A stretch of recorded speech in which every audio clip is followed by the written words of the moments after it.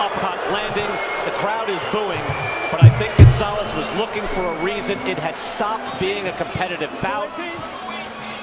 Chris Mannix, you brought that up about 2 rounds ago. At a certain point, it's just, there's no reason to continue. I understand that. And we have seen far too many times, to be honest, guys have serious injuries when it doesn't look like they immediately have them. Without a concussive.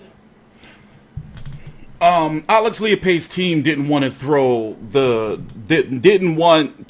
towel in. It's a Samoan thing. You know, they wanted him, you know, to fight 2 Samoan fighters.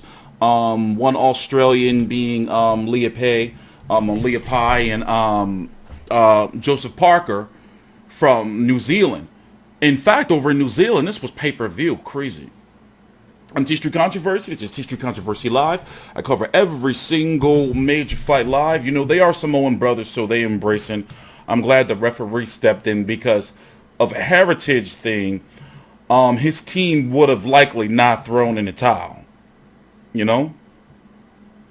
So, this is Joseph Parker's second fight back since losing to Dylan Whyte, and I'm wondering, where does he go? Does he fight Derek Chisora? But isn't Derek Chisora supposed to fight the winner of David Price, Dave Allen? This will be happening on July the 20th.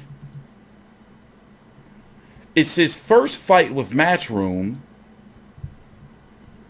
I mean, he's been fighting on Matchroom cards and been heavily aligned with them for the last couple of years or so.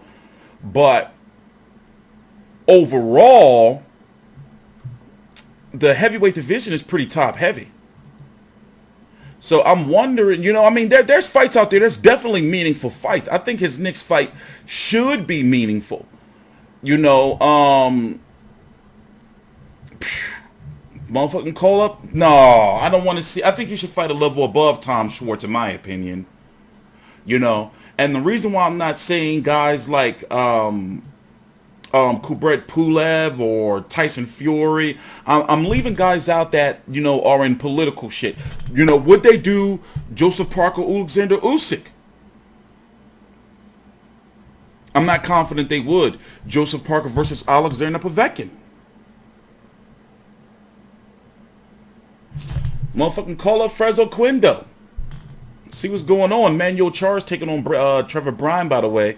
Deontay Wilder's fighting Luis Ortiz in the rematch. So, you know, we're hearing. But then Oscar De La Hoya threw a curveball saying that, you know, the fight, whatever, I think it's going to be finalized. Andy Ruiz is waiting on, you know, a date for the Anthony Joshua rematch.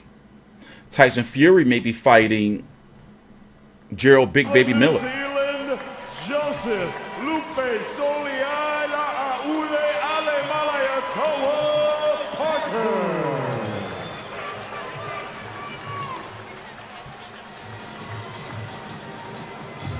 Good sportsmanship there. Alex Leapai gave his best effort. Again, 39 years old. He had already been retired for a year and a half. Let's take a jump cut. 2 years. And we'll listen to the post-fight interview. What do you think of Parker, Sergio? I mean, I early on, just even look back at the highlights, I'd forgotten how fast he looked in those. Fight in the U.S. in several years. Your first fight as part of this new Matchroom deal. What do you think of your performance? Alex. I tell you, I haven't been in the ring for half a year, and I got more rounds than I expected, but damn, he has a hard hit. It's great to be here in Providence. I'm very excited about my deal with Matchroom. I'm looking forward to putting on some good performances in the future. When did you realize that this was going to be a really tough guy to put out of there? When I started landing my punches and he didn't go down, I thought, damn, he's tough. But I give it up to Alex and his team. I'd like to thank my team for being here, and from New Zealand, you know, the UK, Australia, and I'm going to say good performance. Did you make any changes throughout this fight, knowing that he probably wasn't going to go down off 1 or 2 shots? I just had to be patient and pick my shots. And once I started boxing, I started landing the cleaner shots. As you progress forward, you've said you want to fight at least once, maybe twice more this year. What kind of fights are you looking for? Right now, I'm going to have a break, but it's up to our team. We're going to sit down and discuss what we're going to do in the future. Kevin, David, Eddie, management team. So I just want to take, you know, any fight that comes my way, and I'm ready to keep busy. You have said that at this new kind of stage of your career, you want to take more risks. You feel like you did that in the ring tonight? I think I did. I took some risks in the beginning, but when he didn't go down, started to box from the outside and land the better shots. You have 2 losses on your resume as you go into perhaps 2020. What's more important to you, a rematch with Anthony Joshua or a rematch with Dillian Whyte? I want to avenge the losses that I have. Dillian Whyte, Joshua, and didn't want to fight Andy Ruiz again. He thinks he won. Oh, he won. That's in the record book, so I want to fight him again, but big ups to him for winning. Congratulations, Joe. Thank you. Ain't nobody trying to hear that. I like Joe Parker, but he ain't going to get... I mean, I don't think he's going to get AJ or Dillian Whyte anytime soon. You know, the names that I mentioned, like Dave Allen, David Price, Derek Chisora, maybe Alexander Usyk, Alexander Povetkin, you know, are more realistic in my opinion. But I still like Joseph Parker, though. You know, he still, you know, is a very, very good boxer. I'm surprised he lost the way he did against Dillian Whyte.